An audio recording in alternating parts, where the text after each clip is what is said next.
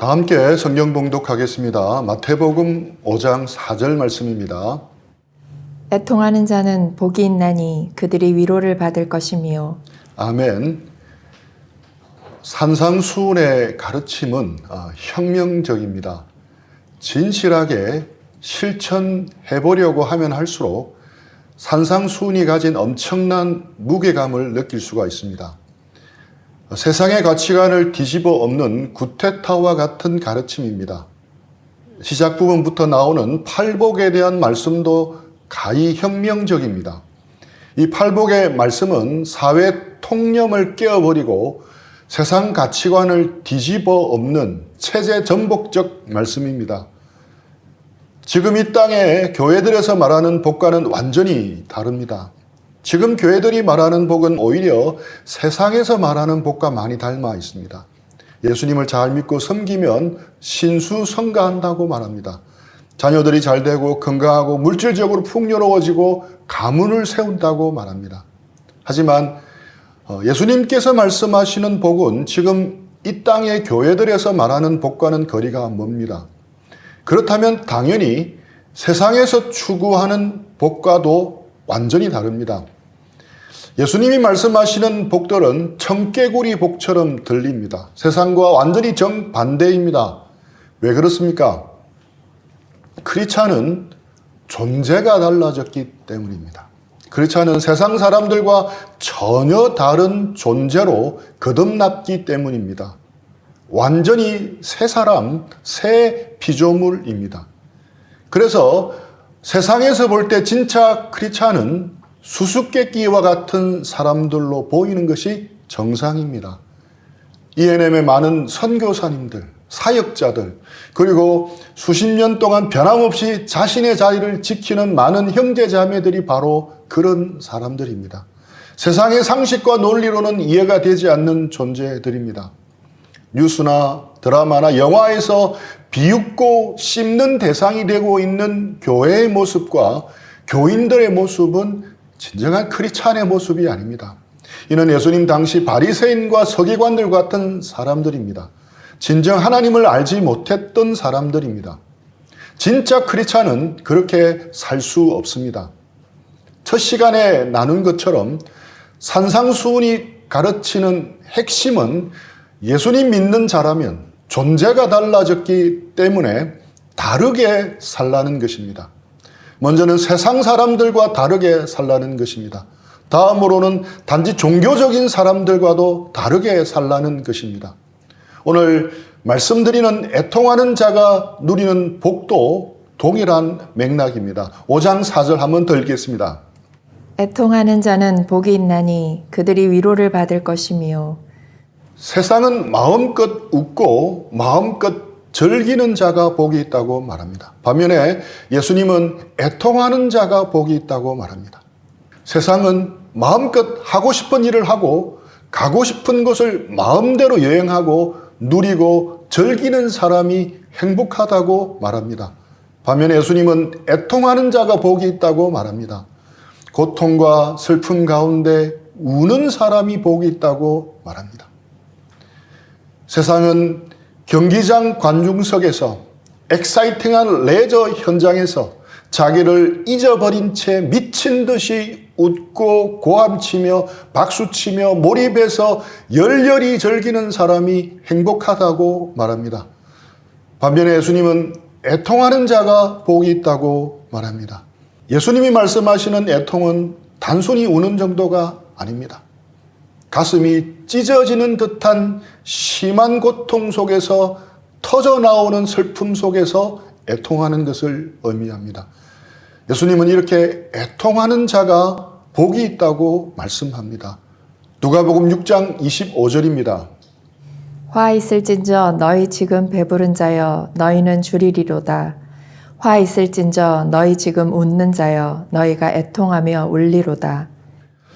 세상은 모든 근심과 걱정을 던져버리고 마음껏 먹고 마시고 놀면서 행복을 누리라고 말합니다. 그런데 예수님은 팔복의 병행부절인 누가복음에서 너희 지금 웃는 자에게 화가 있다고 말씀합니다. 그래서 산상수훈과 팔복의 선언은 혁명적입니다. 세상의 기존 통념들을 뒤집어 버립니다.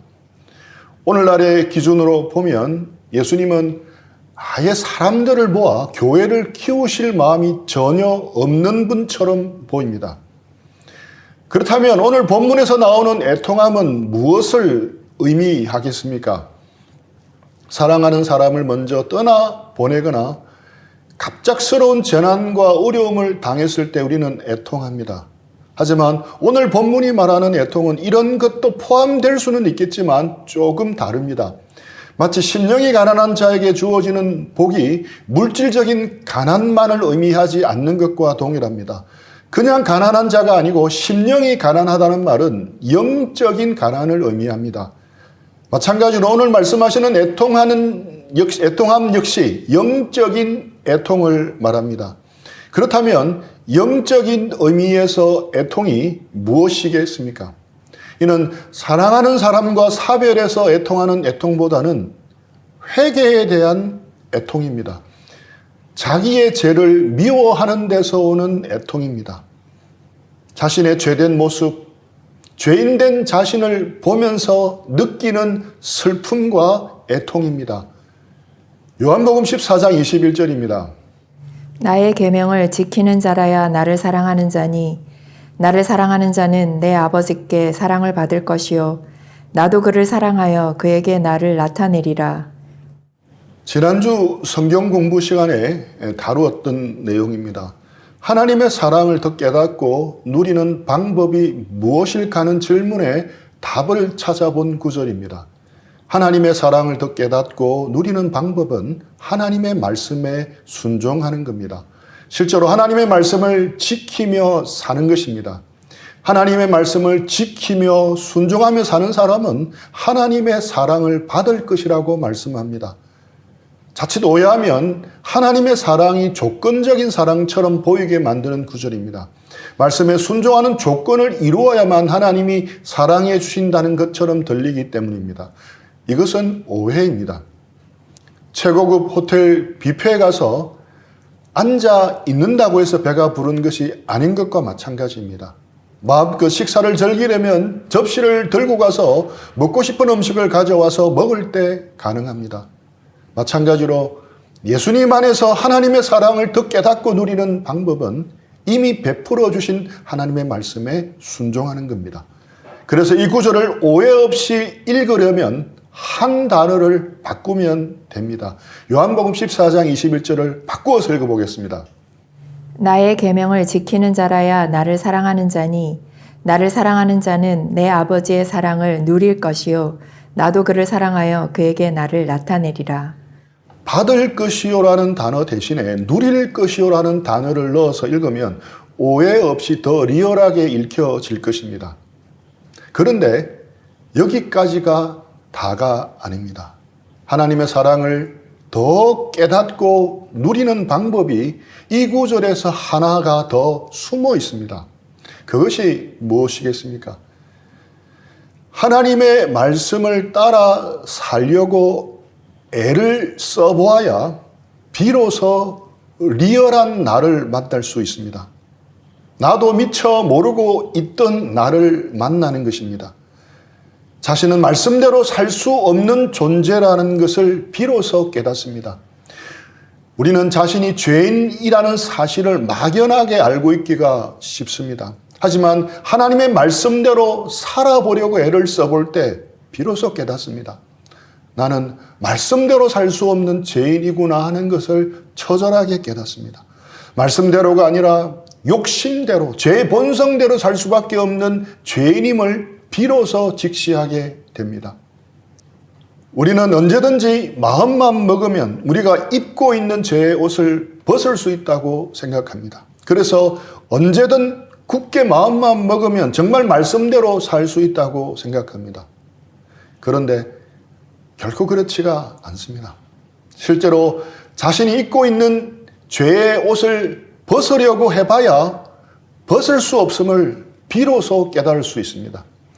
이것은 피부 속에 묻혀버린 가재붕대와 같습니다. 피부가 벗겨진 상처에 가재를 덧대고 있다가 시간이 흐르면 그 가재 위로 피부살이 돋아나와서 가재가 피부 속에 묻혀버릴 때가 있습니다. 마찬가지로 어느새 내 몸 피부 속으로 죄의 옷이 파묻혀버렸고 내 몸 피부가 내 죄의 옷 사이로 비집고 들어와서 하나가 된 것입니다. 입고 있을 때는 몰랐는데 그 옷을 벗으려니까 비로소 처절하게 깨닫습니다. 내가 정말 죄인이구나. 내가 뼛속까지 죄인이구나. 예수님을 믿는다고 하면서 자신은 큰 죄인이 아니라고 생각하는 사람이 의외로 많습니다. 예수님을 믿는다고 하면서도 자신은 가망 없으리만큼 형편없는 죄인은 아니라고 생각합니다. 자신은 그래도 나름 좀 괜찮은 사람이라고 생각합니다. 예수님을 믿는 사람들 가운데도 이런 사람들이 꽤 많습니다. 여러분은 혹시 그렇게 생각하고 있지는 않습니까? 그들은 왜 그렇게 생각하겠습니까? 그런 사람들은 지금껏 하나님 말씀 앞에 진실하게 서본 적이 없는 사람입니다. 지금까지 하나님의 말씀대로 살아보려고 진실하게 노력해보지 않은 사람이라고 말할 수 있습니다. 하나님의 말씀대로 살려고 노력해 보십시오. 특별히 산상수훈 말씀대로 살아보려고 노력해 보십시오. 말씀대로 마음을 다하고 목숨을 다하고 힘을 다해 하나님을 사랑하려고 노력해 보십시오. 또 이웃을 내 몸처럼 사랑하려고 노력해 보십시오. 노력해 보면 해볼수록 우리는 절망할 수밖에 없습니다. 형편없는 자신을 만날 수밖에 없습니다. 자신이 얼마나 이기적이고 죄인된 존재라는 것을 적나라하게 깨닫게 됩니다. 자기의 죄와 이기적인 모습 때문에 뼛속까지 가득 찬 죄성 때문에 애통할 수밖에 없습니다. 난 도대체 가망이 없는 사람이야 하고 애통하고 절망하게 됩니다. 그럴 때 애통하는 자에게 임하는 하나님의 위로가 부어집니다. 자신의 죄와 이기적인 모습에 애통할 때 비로소 예수님의 십자가만 붙들게 됩니다.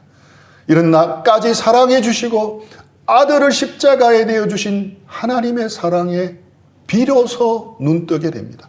비로소 누릴 수 있는 것입니다. 그 사랑에 감격할 수 있는 것입니다. 자신의 죄악 때문에 애통하고 절망할 때 비로소 하나님의 사랑의 위로를 제대로 경험할 수 있는 것입니다. 애통하는 사람의 대표적인 경우가 바로 사도 바울입니다. 그의 고백을 한번 들어보십시오. 로마서 7장 22절에서 24절입니다. 내 속사람으로는 하나님의 법을 즐거워하되 내 지체 속에서 한 다른 법이 내 마음의 법과 싸워 내 지체 속에 있는 죄의 법으로 나를 사로잡는 것을 보는도다. 오라, 나는 공고한 사람이로다. 이 사망의 몸에서 누가 나를 건져내랴. 사도 바울은 이미 예수님을 믿은 상태입니다. 그는 하나님의 말씀을 즐거워했습니다. 하나님의 말씀대로 살고자 했습니다. 하지만 죄의 법 아래로 사로잡혀가는 자신의 모습을 보면서 절망합니다. 오라, 나는 곤고한 사람이로다. 이 사망의 몸에서 누가 나를 건져내랴. 사도 바울은 거룩하신 하나님을 알고 그분 앞에서 자신의 모든 부족한 모습을 너무 잘 알고 있기 때문에 겸손할 수밖에 없었습니다. 애통할 수밖에 없었습니다. 그런 그에게 하나님의 위로가 부어진 것입니다. 그런 그에게 로마서 8장에 나오는 끊을 수 없는 하나님의 사랑에 대한 깊은 확신이 부어진 것입니다. 우리 모두는 양파와 같습니다. 양파는 벗기면 벗길수록 또 다른 것이, 또 더 매운 것이 나오지 않습니까? 우리도 그렇습니다. 우리가 주님을 알면 알수록, 말씀을 알면 알수록 때로는 자신의 적나라한 제 모습이 한꺼풀 한꺼풀 벗겨져 드러나게 되고 또 그것 때문에 절망하고 낙심할 수밖에 없습니다.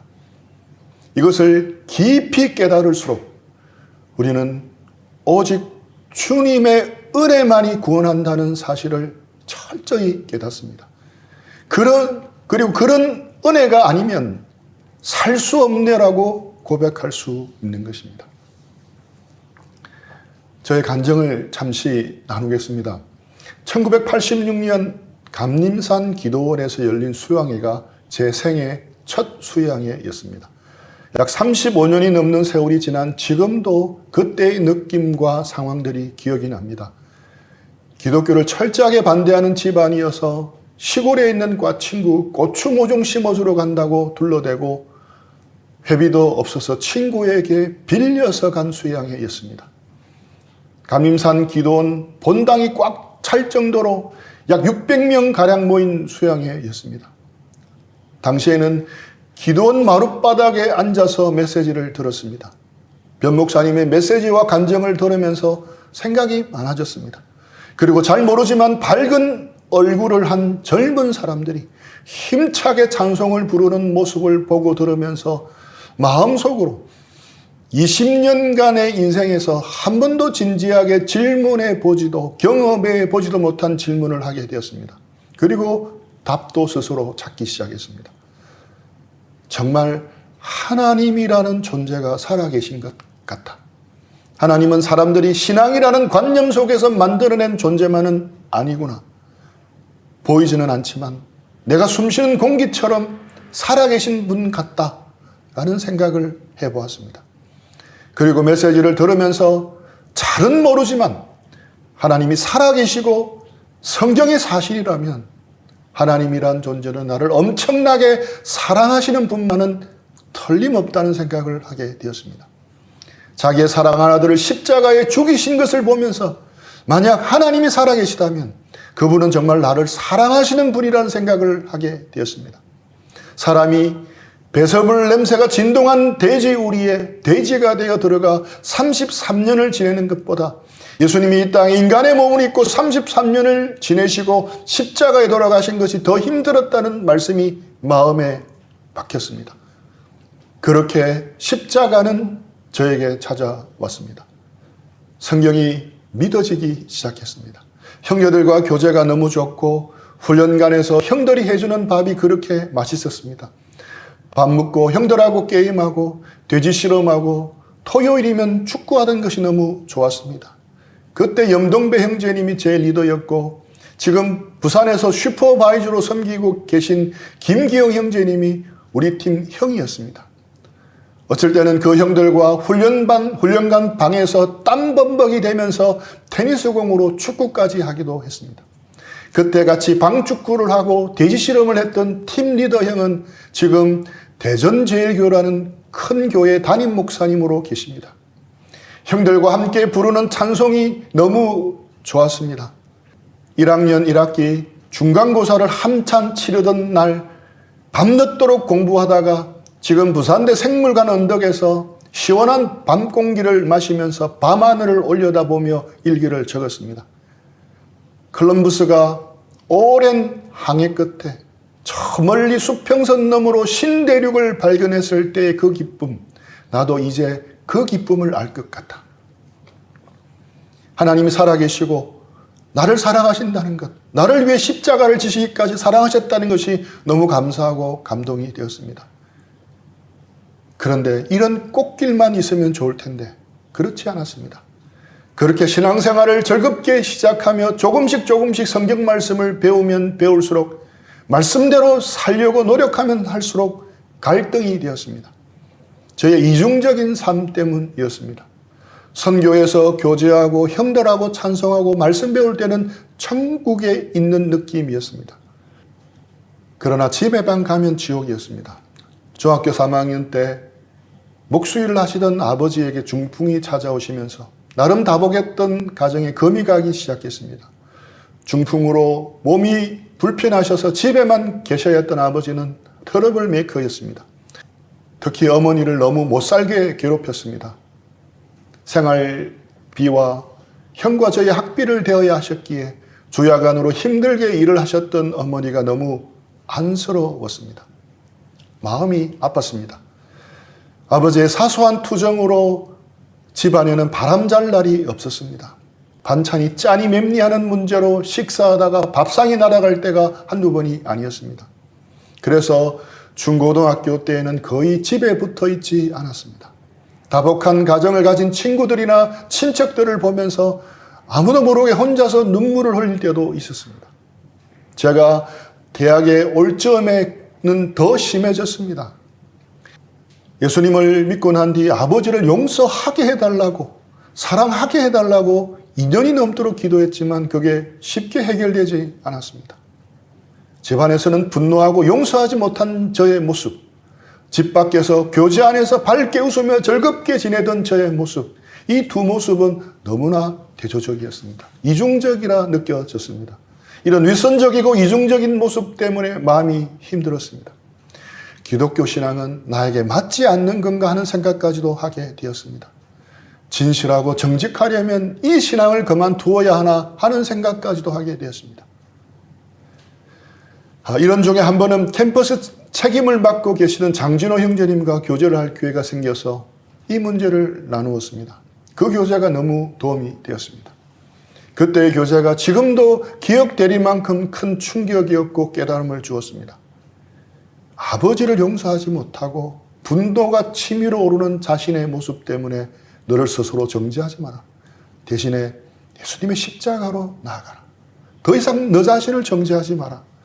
오히려 이런 형편없는 너를 위해 그 모진 십자가의 고통을 참으신 주님께 감사해라. 아버지 한 사람도 사랑할 수 없는 너같이 어쩔 수 없고 형편없는 사람을 위해서 예수님이 십자가를 지신 것이다. 주님은 내 모습이 어떠하든지 그대로 사랑하신다. 오히려 변함없이 너를 사랑해 주신 주님께 감사해라. 그 교제를 통해 하나님의 은혜를 의지한다는 것이 무엇인지 조금 깨달아졌습니다. 그렇습니다.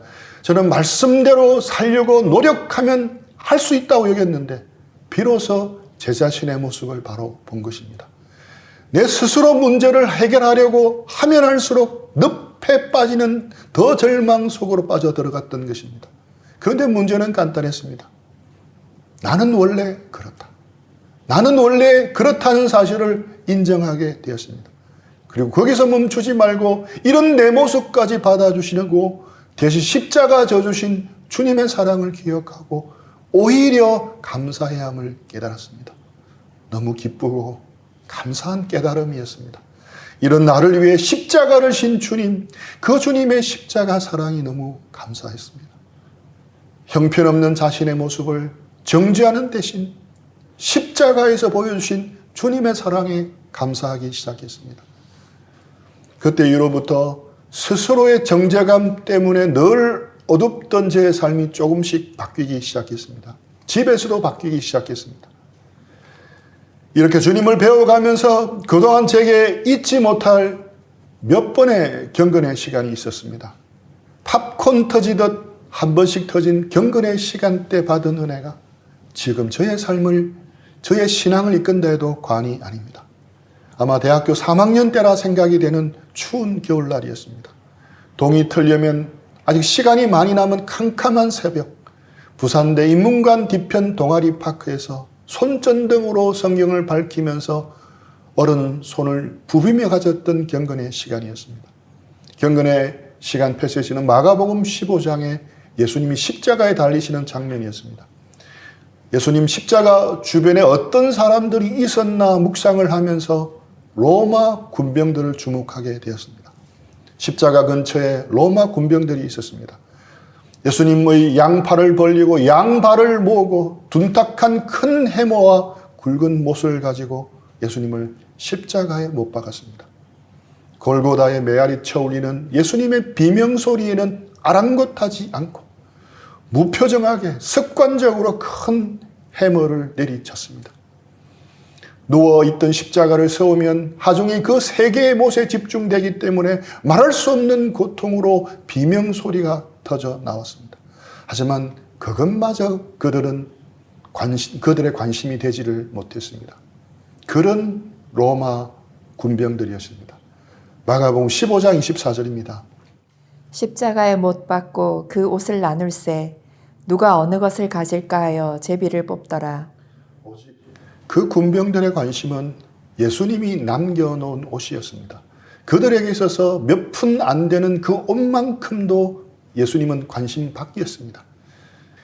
그들은 구세주가 그들의 죄 때문에 십자가에서 미칠 것만 같은 고통 가운데 계셨지만 그들의 관심은 오직 누가 옷을 가지느냐 하는 것이었습니다. 옷을 찢을 수가 없었기에 그들은 제비 뽑기를 합니다. 제비에 걸린 군병은 아마 그 십자가 밑에서 조아라고 웃었을 것입니다. 참으로 무심하고 한심한 군병들의 모습이었습니다. 그런데 그때 그 군병의 얼굴에서 제 모습이 보였습니다. 주님, 어떻게 이것이 제 모습입니까? 라고 기도하면서 질문하면서 이미 저의 얼굴은 눈물로 뒤범벅이 되고 있었습니다. 그때까지 주님을 따르면서 주님의 마음에는 별 관심이 없었습니다. 주님이 십자가에 지신 고통, 주님이 치르신 희생에는 별 관심이 없었습니다. 오직 주님 안에서 주님께서 주시는 특권과 권리, 주님으로 말미암는 이익들에만 관심이 있었습니다. 로마 군병들의 모습에서 저의 이런 모습이 투영되어 보였습니다. 주님 잘 믿어 주님 덕에 성공하고 싶었습니다. 주님 주시는 능력으로 좋은 성적을 받길 원했습니다. 좋은 대학원에 진학해서 좋은 교수가 되는 것이 저의 주된 관심이었습니다. 제 관심은 십자가에 달리신 주님이 아니었습니다. 고통당하시면서 나를 위해 지신 그 십자가가 저의 관심이 아니었습니다.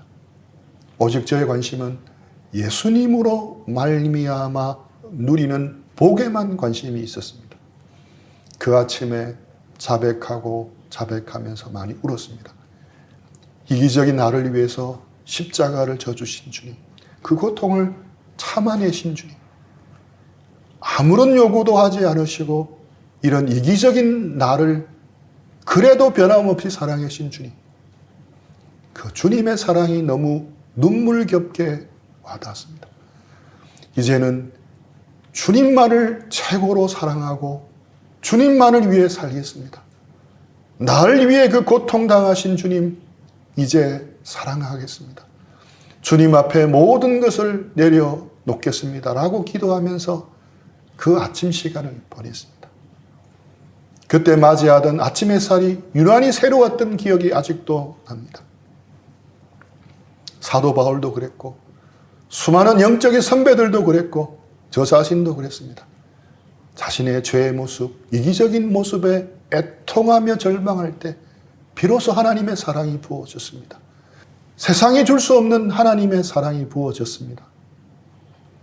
말씀을 준비하면서 제 자신을 많이 돌아보게 되었습니다. 캠퍼스에 있을 때, 졸업 후 사역을 배울 때, 인제대에서 울산대에서 사역할 때 참 많이 울었습니다. 어떨 때는 힘들고 어려워서 빈 강의실을 찾아가 울 때도 있었습니다. 하지만 많은 경우 주님 앞에서 기도하면서 말씀 묵상하면서 많이 울었습니다. 형편없는 내 자신, 엄지손가락으로 꾹 누르면 죽어버릴 개미 한 마리에 지나지 않은 미약한 내 자신을 사랑해 주시고 존귀 여겨주시고 그런 나를 위해 십자가까지 져주신 주님 때문에 울었습니다. 거룩하신 주님께서 영죽을 나를 위해 십자가에 죽으시기까지 사랑해 주심에 울었습니다. 그런데 언제부턴가 눈물은 줄고 화가 늘었습니다. 앵거리 버드처럼 된 것입니다.